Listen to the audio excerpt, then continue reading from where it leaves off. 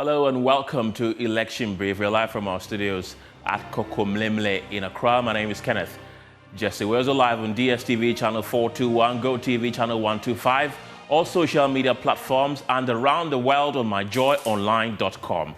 Election Headquarters is brought to you by Petrosol, your clean fuel in full quantity, and the Chartered Institute of Management Accountants, the American Institute of Certified Public Accountants, together as the Association of International Certified Professional Accountants, Chopbox Technologies, a convenient service, and Youth Bridge Foundation, bridging the gap for positive youth development. Please stay for details.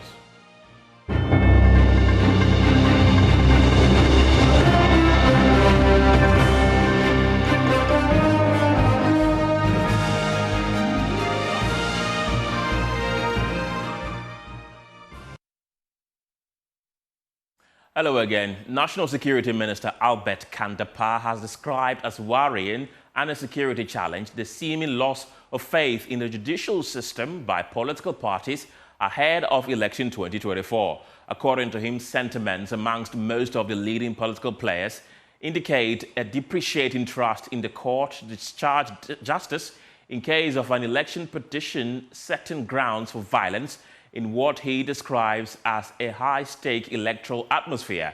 He is therefore calling for a transparent electoral system which can be trusted by all political actors and the citizenry. He spoke at the Sahel Peace Initiative National Forum in Accra. 2024 general election will certainly test the strength of our democracy, our ability to prevent electoral violence given the high stakes involved, where the two major political parties appear convinced about their prospects of emerging victorious. That obviously creates a security challenge for me, where I sit. We may, for the first time, experience a situation where none of the major political parties will be willing to explore the courts to address their grievances. And indeed, I've heard some senior people in the political space saying that they have lost faith in the court's ability to address their concerns when it comes to elections. That's caused the need for us to build a robust and transparent electoral system where results coming from same will be acceptable by all parties as a way of guaranteeing peace before, during, and after the elections. This can create a situation that can set the stage for chaos. Well, still on the security front, the Minister of Chieftaincy, Asamoah Boateng, speaking on the sidelines with my colleague Prince Kudoga at the Sahel Peace Initiative conference on Tuesday, raised the likelihood of security risks associated with chiefs endorsing political candidates.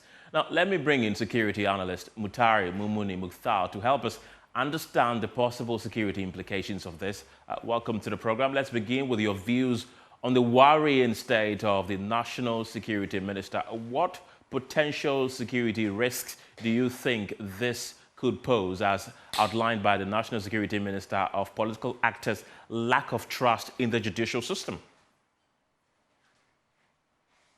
Yesterday, I was at the Sahel Peace Initiative, and these conversations took place, and these were rightly, spot on in terms of what it means for the, the elections this year. Okay. For a very long time, we've been talking about the role of chiefs and their involvement in the political process. And so this, spot on, especially when we are just about 4 months to elections. On the issue of the judiciary, it's a huge concern in the sense that, the judiciary, it's the last, option when it comes to disputes over electoral processes or, election results. And to the extent that significant number of leaders of political parties do not have confidence that they could get justice when they, appear before the court in terms of dispute over election or electoral outcomes, it is a worrying situation that has significant security implications for this country. And to have the Minister for National Security say this, not once, but on a couple of occasions, he has said that, and very clearly, it should warn all of us in terms of the implications for this sort of situation in our elections. That's quite fascinating. Now, could the involvement of traditional leaders in political endorsements, for example, contribute to electoral violence or possible unrest?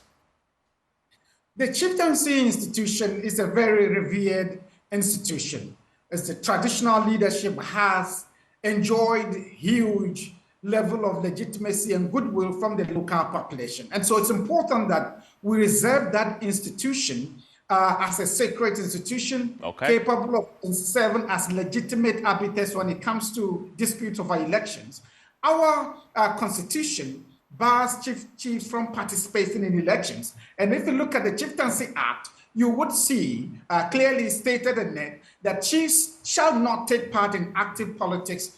And a chief who is seeking to do so can only do that when he abdicates, his title as a leader of the community. And so it's important that we point out clearly these incidences or situations where we have chiefs endorsing political actors, because when they endorse leaders in the event of crisis, we would not have this chief serve as neutral and legitimate arbiters when it comes to resolution of conflicts within their territories. So it's important that we call them out and ensure that they remain and participate and act in their neutral capacity in terms of the electoral processes.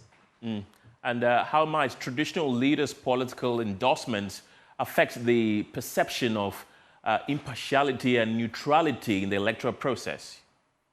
It does a lot. Like I mentioned, they enjoy a lot of legitimacy and goodwill from the local population.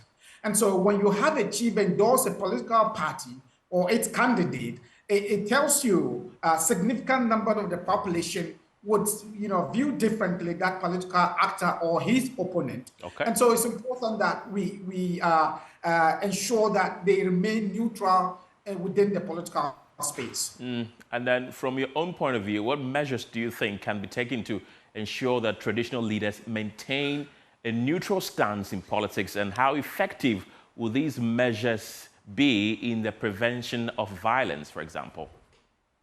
I think it boils down to the issue of oversight responsibility when it comes to ensuring good practices, good governance and best practices when it comes to these things. And so you have the Ministry of Chieftaincy and you have the National House of Chiefs. How much do we involve the leadership of these institutions to ensure that the membership of the National House of Chiefs and all traditional authorities in this country adhere to the constitutional provisions that bar them from participating in politics? And then given the context of the Sahel Peace Initiative, what role can traditional leaders play in promoting peace and stability during the election period? And what are the challenges you think they might face? It is huge. The traditional leaders have been anchors. They've been huge players when it comes to social cohesion, when it comes to ensuring peaceful outcomes relating to elections or mega events such as elections. And so we need to empower them to understand the provisions of the Constitution and how they can participate effectively in bringing parties together, in building goodwill, in ensuring that people participate freely. When it comes to resolution of conflict, we need to see leaders, the traditional leaders, chiefs, play a leading role in the resolution of conflicts. All traditional authorities must have within them their authorities, chieftaincy, conflict resolution mechanisms that ensure that they prevail over issues in their territories and Ghana as a whole when it comes to conflict resolution. Mukhtar Mumuni Mukhtar, I want to thank you very much for your time this afternoon. Now, the National Peace Council has called for the adoption of non-violent means in expressing grievances in the 2024 presidential and parliamentary election.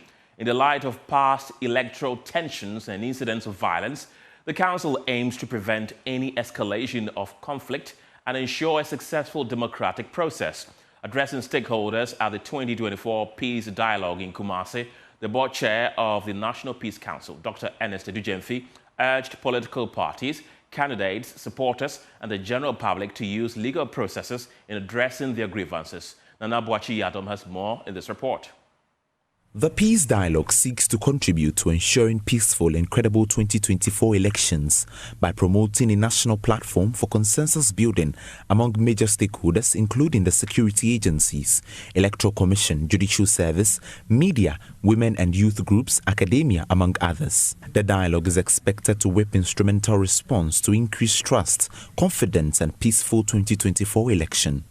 Dr. Ernest Edujemfi is board chair of the National Peace Council. Today, we are here again to mobilize consensus on the theme, building trust among stakeholders for a peaceful 2024 general elections in Ghana. Your Excellency, I hope you will agree with me without equivocation that democracies across the globe is under attack to the extent that the champions of democracy like the United States have not even been spared. Elections, which is a democratic environment, which in a democratic environment is accepted as the mechanism for choosing leaders for states, have now become the ground for conflict and violent destruction of lives and property. Dr. Edujemfi encouraged political actors not to resort to violence. To promote trust in the lead up to the December elections, I urge you all to shun any activity by any person or group of persons that has the potential to derail the peace of our beloved country. In our homes, workplaces, schools, in vehicles, let us conduct ourselves and use language that promote and protect the peace and stability of our motherland. I urge all Ghanaians to endeavor in all circumstances to use non-violent approaches to address grievances. Let us encourage positive virtues such as tolerance, love for neighbor, transparency, and accountability. Mr. Leonardo Santos is Special Representative of the UN Secretary General for West and the Sahel. This year's elections will once more test the strength of Ghana's 30-year-old democratic process, especially as they are organized in an environment marked by internal and regional security challenges, misinformation and disinformation that spread too quickly on social media, the erosion of political enthusiasm among the youth, socioeconomic hardships, a rise in defamatory statements and hate speech. These are possible triggers for disruptions during electoral activities. For Joy News, Nana Boachi Yadom, Kumasi.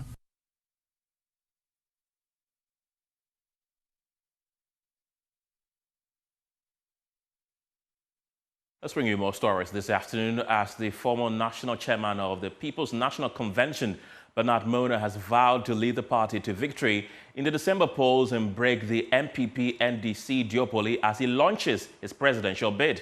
Bernard Mona says he will put the youth at the front and center of his presidency, ensuring the creation of jobs to reduce the high levels of youth unemployment. He also wants to move the country from an import-driven economy to an export-driven one.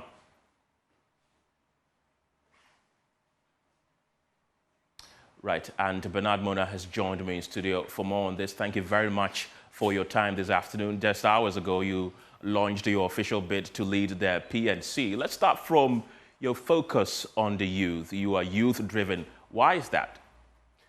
No country in the world can develop without harnessing the potentialities of the young people. Okay.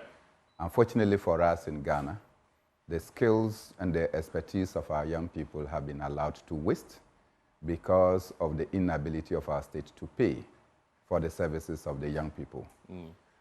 Millions of graduates have come out of school. They have acquired the needed expertise. They want to apply for the advancement of our state. Be they nurses, be they doctors, be they teachers, be they farmers and agriculturalists, be they engineers. After they have acquired the requisite qualifications, Then the next thing that we realize is that government says that they cannot be employed. They cannot be employed consequently. The talents that they have gathered is left to waste.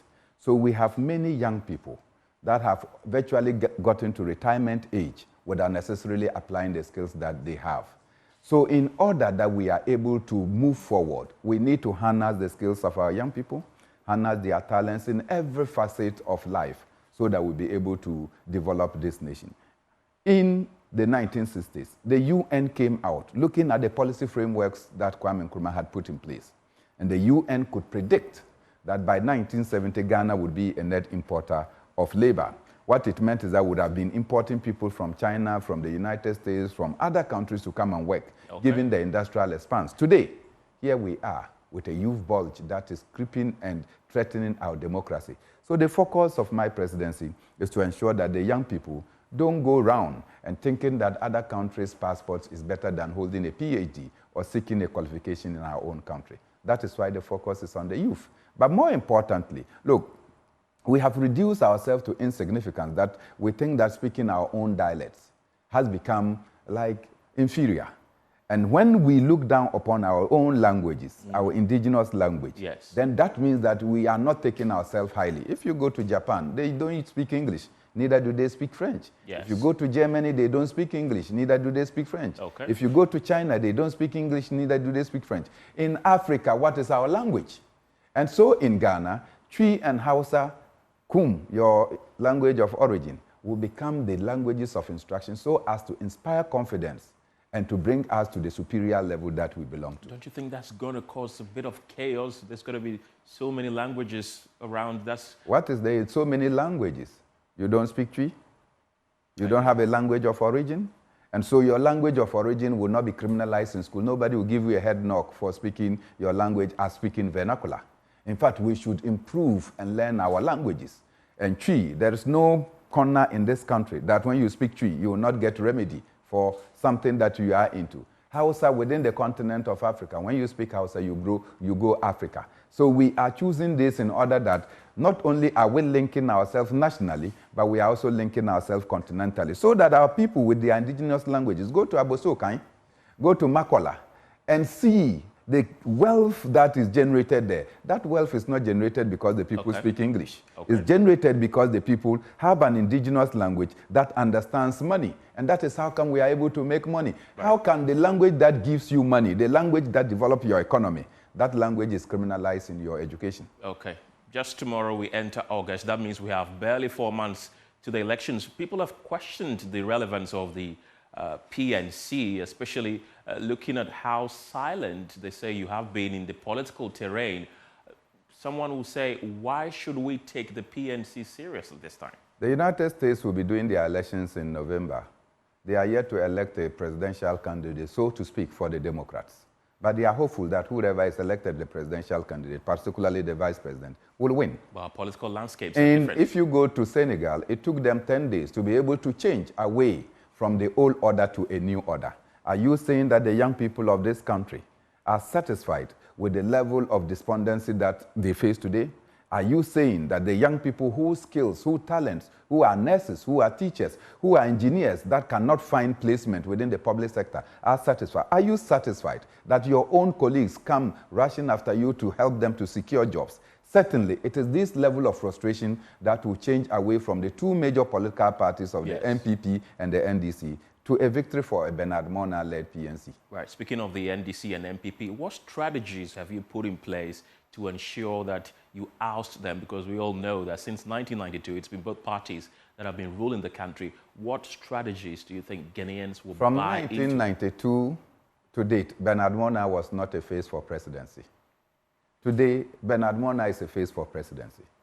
You know that amongst the presidential candidates that are on the scale now, none of them understand the exigencies of the time. What is it that the vice president and now leader of the New Patriotic Party would be bringing that in 8 years in office that he could not bring to board?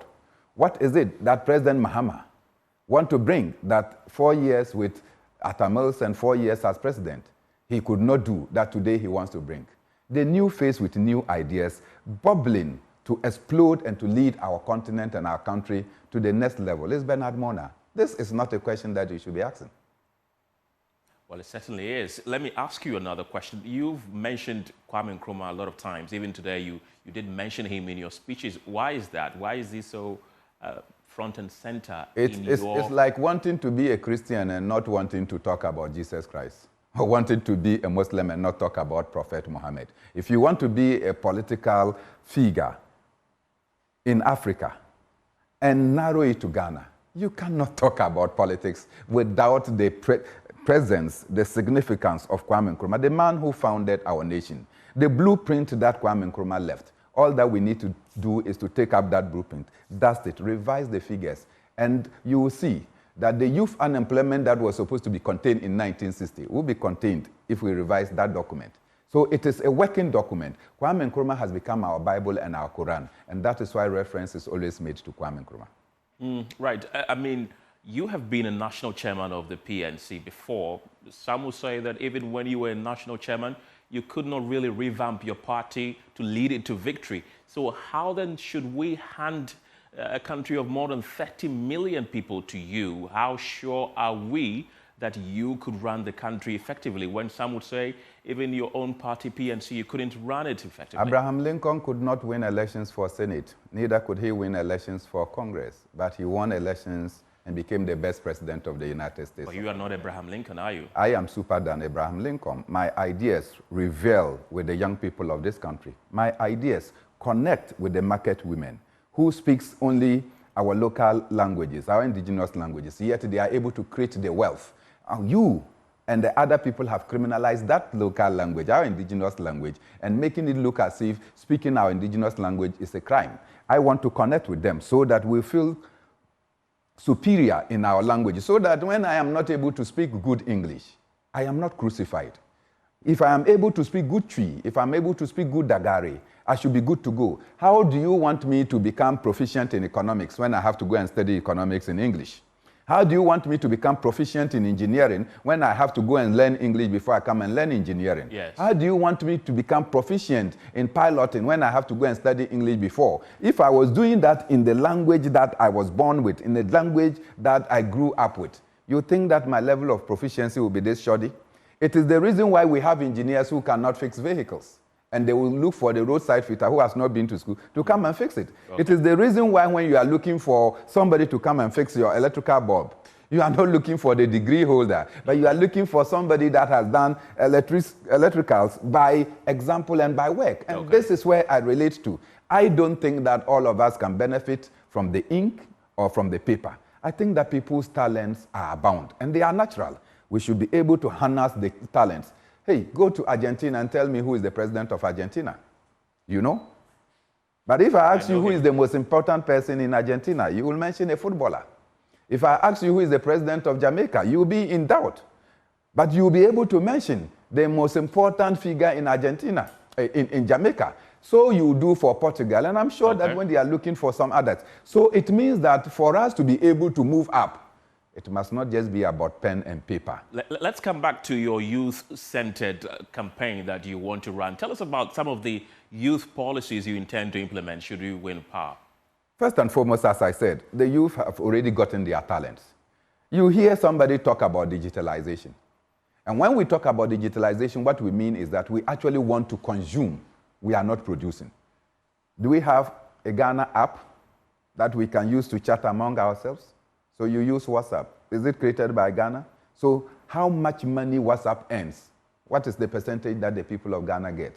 So we want to harness the young people in the tech industry to create an African app so that the money that we generate within that space of communication and chatting can remain in Africa and remain in Ghana. That is my focus. That let us not be consumers, but let us also be producers. Let us establish something that we can own. And I'm certain that if there is an app that can commit us together, you know how much money we'll be able to earn. Right. That is what we talk when we say with digitalization. You don't talk about end users. You talk about those that can produce. If you go to the agri sector, look, as we speak today, a chunk of our agricultural lands are being owned by Asians. Indeed, I call it the Chinanization of agriculture. How do you expect that a place that we have comparative advantage, that place too is being eroded and taken away by other people.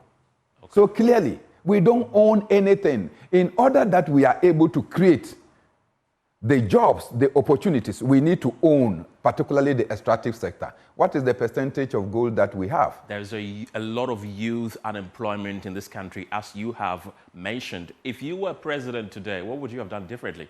All that you have to do is to take control of the extractive sector.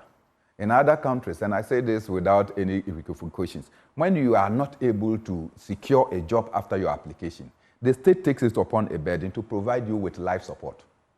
Here, when you are not able to generate a job, you are not able to get a job, what is the state's contribution to you?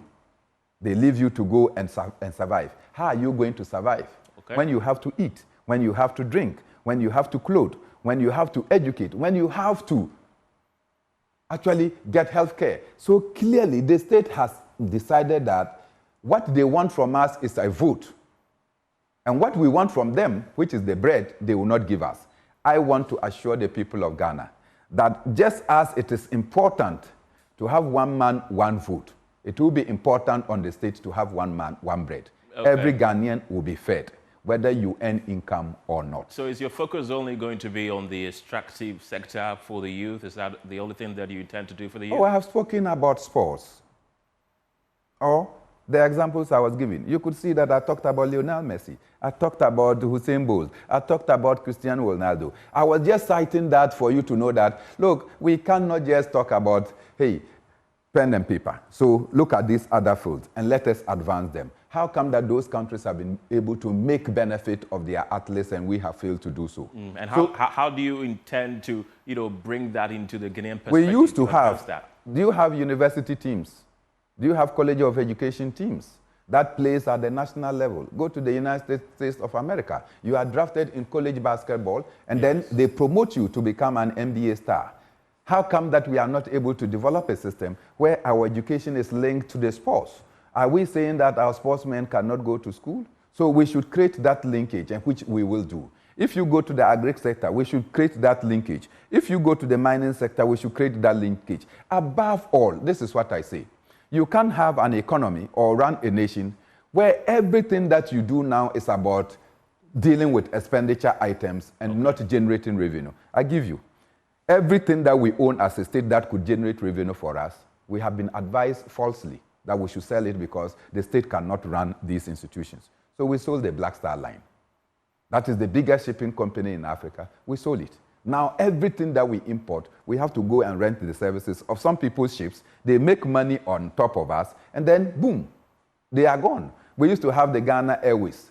We have sold the Ghana Airways, and the wisdom on our part is that having sold Ghana Airways without a plane, we are now lent. They give us money. We are loaned money to go and construct airports. So what would you do? When you are giving loan to go and construct airports, and they have encouraged you to sell your aeroplanes, what that means is that you have a car, they encourage you to sell the car, but they give you loan to come and build a garage.